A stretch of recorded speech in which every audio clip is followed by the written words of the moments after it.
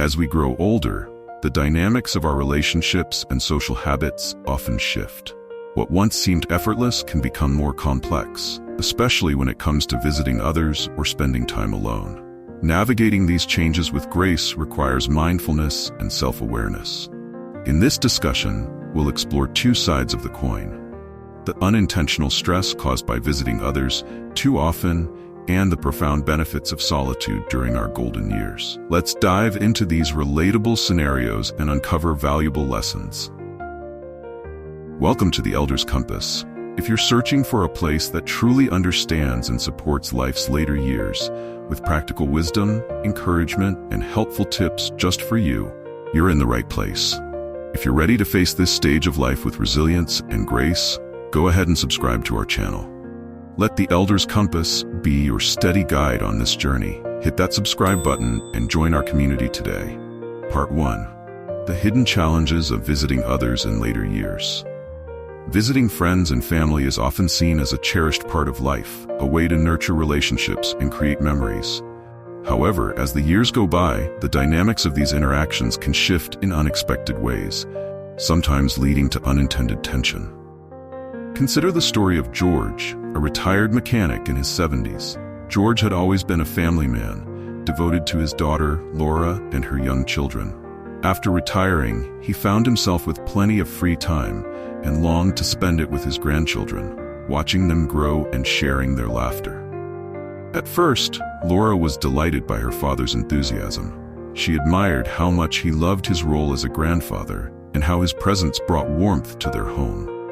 But as George's visits became more frequent and unannounced, the dynamic began to change. Laura, a working mother balancing a demanding remote job and household responsibilities, started to feel overwhelmed. She appreciated her father's love for her children, but found it increasingly difficult to accommodate his visits while juggling meetings, deadlines, and the chaos of parenting. One afternoon, after George unexpectedly showed up just as Laura was trying to prepare for an important virtual presentation, the stress boiled over.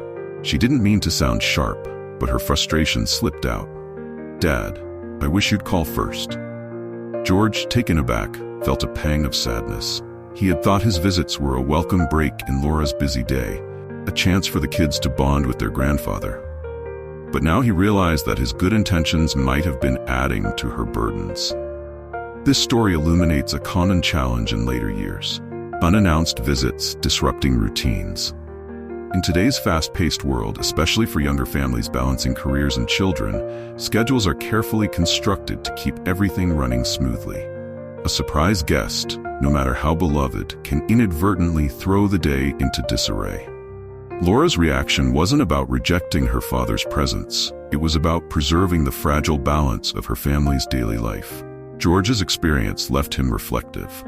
He began to see how his love and eagerness could sometimes clash with the realities of Laura's responsibilities. Instead of stopping his visits altogether, he decided to call ahead, plan outings with his grandchildren, and find ways to be involved that respected Laura's needs. Over time, their relationship deepened with this mutual understanding. This story reminds us that even the most well-meaning gestures can have unintended consequences. It's not about giving up on connections, it's about adapting to the evolving needs of loved ones. For George, this lesson brought not just awareness, but a renewed appreciation for the times he shared with his family, a testament to the power of thoughtful, intentional interactions. Another challenge often encountered is the clash of differing expectations, a subtle yet poignant reminder of how individual needs and boundaries evolve with age. Take Evelyn, for example, a lively widow in her late 60s. Evelyn found joy in sharing her homemade baked goods with her neighbor Margaret, a quiet woman who had moved into the house next door. For Evelyn, these visits were a highlight of her week, an opportunity to chat, exchange stories, and share the companionship she had grown to miss since her husband's passing. At first, Margaret appreciated Evelyn's thoughtful gestures. She even admitted she enjoyed the cookies Evelyn brought, though she rarely ate sweets. But as Evelyn's visits grew more frequent and her expectation for long conversations increased, Margaret began to feel overwhelmed. a deeply private person, Margaret valued her solitude and found it difficult to maintain the level of engagement Evelyn seemed to desire. Over time, Margaret started to subtly avoid Evelyn, cutting conversations short, not answering the door, or simply saying she was too busy. For Evelyn, this sudden coldness was deeply hurtful. She had thought their budding friendship was mutual, and the shift left her feeling confused and rejected. What Evelyn didn't realize was that Margaret hadn't stopped valuing her neighborly kindness. She simply needed more space than Evelyn naturally gave. This situation underscores a common pitfall: projecting personal preferences onto others. Evelyn's love for social interaction and her eagerness to connect were beautiful, but they didn't align with Margaret's need for privacy and quiet.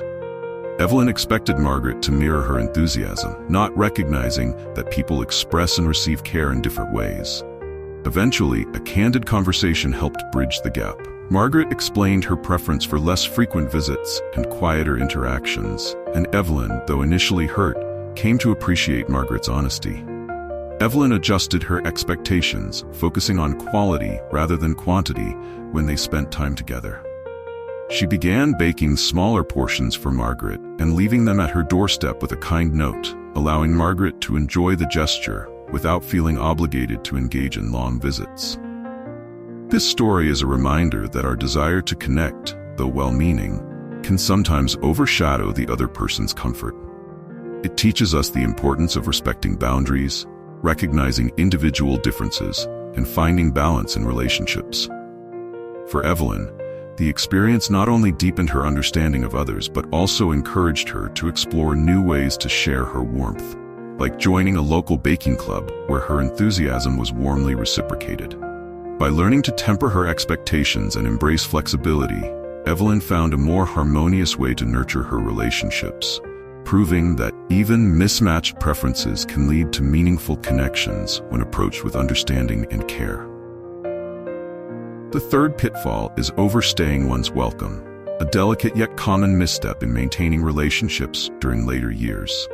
Paul, a retired teacher in his 70s, cherished his friendship with Mark, a fellow educator with whom he had shared decades of camaraderie. Since retiring, Paul often dropped by Mark's house unannounced, eager to catch up and reminisce about their teaching days. Paul, ever the storyteller, would launch into lengthy monologues, recounting old anecdotes with vivid detail, many of which Mark had already heard several times before. At first, Mark enjoyed these visits, appreciating the connection they maintained despite no longer working together. However, as Paul's visits grew longer and more frequent, they began to wear on Mark. He found it challenging to keep up with Paul's endless stories while also managing his own daily routines and health needs. The hours stretched on, leaving Mark feeling drained and frustrated. He often felt conflicted. He valued their friendship and didn't want to hurt Paul's feelings, but the unspoken tension began to take a toll on their interactions. Finally, after much consideration, Mark decided to have an honest conversation with Paul. He gently expressed that while he cherished their friendship, shorter visits would be easier for him to manage and would allow them to enjoy their time together more fully. Initially, Paul was taken aback.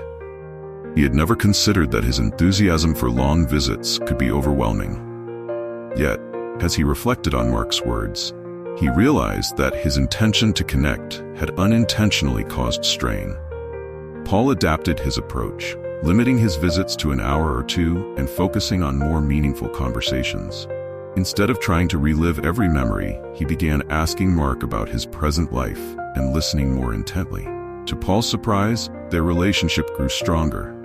Mark, feeling heard and respected, became more engaged during their time together, and their friendship regained its mutual warmth and balance. This story is a poignant reminder that in social interactions, particularly in later years, quality often surpasses quantity. Long, drawn-out visits may seem like a sign of closeness, but they can sometimes overshadow the joy and connection that shorter, more intentional moments can bring. It's a delicate balance that requires self-awareness and sensitivity to the needs of others. Paul's experience teaches us the value of being mindful of our impact on those we care about. By recognizing when to leave space for others to recharge, we can foster deeper and more fulfilling relationships. In the end, it's not about the hours spent, but the memories created, the laughter shared, and the bonds strengthened during those cherished moments together. Lastly, visiting at inconvenient times can unintentionally strain relationships, even among the closest of loved ones.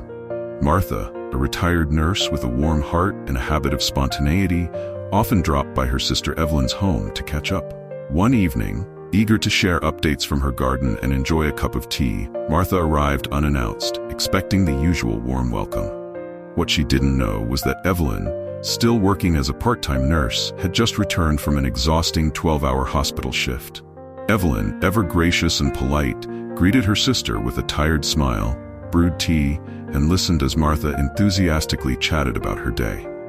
However, as the evening wore on, Martha began noticing subtle signs of Evelyn's fatigue, her drooping eyelids, the way she stifled yawns, and the slower pace of her responses. It suddenly struck Martha that her visit, though well-meaning, was adding to her sister's weariness. Reflecting on that evening, Martha felt a pang of guilt. Her love for her sister had blinded her to the importance of timing and context. She realized that while Evelyn valued their connection, an unplanned visit after a long shift was more of a burden than a joy. The next day, Martha called Evelyn to apologize, and they talked openly about how best to stay connected without disrupting each other's routines. From then on, Martha made it a habit to call ahead before visiting, ensuring the timing worked for both of them. They also started scheduling regular get-togethers during weekends or Evelyn's days off, allowing them to fully enjoy each other's company without the shadow of exhaustion. These thoughtful adjustments deepened their bond and showed Evelyn how much Martha truly cared. Martha's story underscores the importance of being considerate about timing when visiting loved ones. Even the closest relationships benefit from thoughtful planning and respect for the other person's circumstances.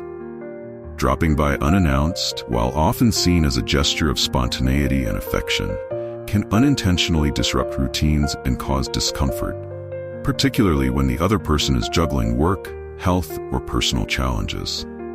This lesson reminds us to pause and reflect before visiting someone, asking ourselves if the timing is truly right. A quick phone call or message can make all the difference, showing our loved ones that we value their time and well-being. By practicing this small act of mindfulness, we not only avoid unnecessary strain, but also ensure that every visit becomes a moment of joy and connection, a celebration of togetherness, rather than an unintended inconvenience. While social interactions enrich our lives, solitude can be a profound gift, especially in our later years. It offers opportunities for self-discovery, creativity, resilience, exploration, and a deeper appreciation for meaningful relationships. These 5 aspects of solitude shine brightly when embraced, and the stories of individuals who've welcomed this gift provide insight into its transformative power. First, solitude can be a catalyst for creativity. Henry, a retired architect, had always dreamed of crafting furniture, but the demands of his career left little time for hobbies. After retirement, he turned his garage into a woodworking studio. In the stillness of his workshop, surrounded by the hum of tools and the scent of freshly cut wood, Henry discovered a joy he'd never fully experienced. Each piece he crafted, whether an intricately designed rocking chair or a simple yet elegant bookshelf, was a testament to his skill and the peace he found in solitary creation. His evenings spent polishing wood were no longer just about the product, but about the journey, a meditative process that allowed him to connect with himself and his passion. Secondly, solitude is a gateway to self-care and personal well-being. Take Susan, a former high-powered lawyer, for example. She spent decades rushing through life, always putting her career and family ahead of her own needs. When she retired, she finally had time to nurture herself. Her mornings became sacred, an hour of yoga on her porch, the comforting ritual of brewing herbal teas, and journaling her reflections. This quiet time allowed her to recalibrate, to listen to her inner voice, and to rediscover a balance she had long forgotten. Susan's story shows that solitude, when embraced, can transform how we care for ourselves. Resilience is another profound benefit of solitude, as Beth's journey demonstrates. After losing her husband, Beth felt unmoored. Suddenly, she faced the daunting task of managing her home and life alone. At first, she struggled. Budgeting felt overwhelming, and even small household repairs seemed impossible. But over time, Beth took control. She learned how to fix a leaky faucet, create a meal plan, and organize her finances. Each challenge she overcame became a badge of pride. "I never thought I could handle all this," she said, "but now I feel stronger than ever." Solitude taught Beth that independence could be empowering, and she embraced it with grace. For many, solitude also opens the door to exploration and adventure. Robert, a widower in his early 60s, used to plan vacations with his late wife, always factoring in her preferences. After her passing, he decided to travel alone for the first time. His initial trip, a solo hike through Yellowstone National Park, was intimidating but liberating. He found joy in charting his own course, whether it was pausing to photograph a stunning vista or stopping for a quiet picnic by a river. Over time, his solo adventures expanded to include cross-country road trips and visits to historic towns. Robert described his journeys as freedom redefined, a chance to explore the world at his own pace and rediscover himself along the way. Lastly, solitude enriches our appreciation for meaningful relationships. Mary, a retired nurse, cherished her quiet evenings tending her garden or reading by her fireplace. These tranquil moments made her visits with family and friends even more special. When her grandchildren came to stay, she felt fully present, savoring each laugh and story. Mary believed that her alone time had taught her to value connections more deeply. "When I'm with others, I'm there fully," she shared. Solitude had given her the clarity to balance her own needs with her love for those around her. Through these stories, we see that solitude is not merely the absence of others. It's an opportunity to nurture ourselves, explore our passions, and find fulfillment. It allows us to tap into our creativity, care for our well-being, build resilience, embrace adventure, and treasure our connections. In the stillness of solitude, there is immense power. Power to grow, heal, and truly live. For those in their 50s, 60s, or beyond, embracing this gift can transform life into a richer, more fulfilling journey. Solitude is not a limitation, but a profound opportunity to discover the best parts of ourselves. That brings us to the end of today's video. We hope these stories and reflections inspired you to embrace the beauty of solitude and approach your relationships with renewed perspective. Now, it's your turn. Share your thoughts and personal experiences in the comments below. Have you found joy in your alone time, or perhaps learned lessons about navigating social interactions in your later years? Your story could be the inspiration someone else needs. If this video resonated with you or someone you know, please give it a thumbs up and share it with friends or family who are on this same journey. Sharing these reflections with others can spark meaningful conversations and provide valuable insights for those walking a similar path. And don't forget to subscribe to the Elder's Compass, your space for wisdom, encouragement, and support in navigating the golden years with grace and resilience. By joining our community, you're supporting a place that values the experiences of aging and celebrates the unique journey we're all on. Together, we can create a network of shared understanding and inspiration. Thank you for watching, and we look forward to seeing you in our next video. Let's continue this conversation, because every story shared helps us all navigate this chapter of life with greater wisdom and connection.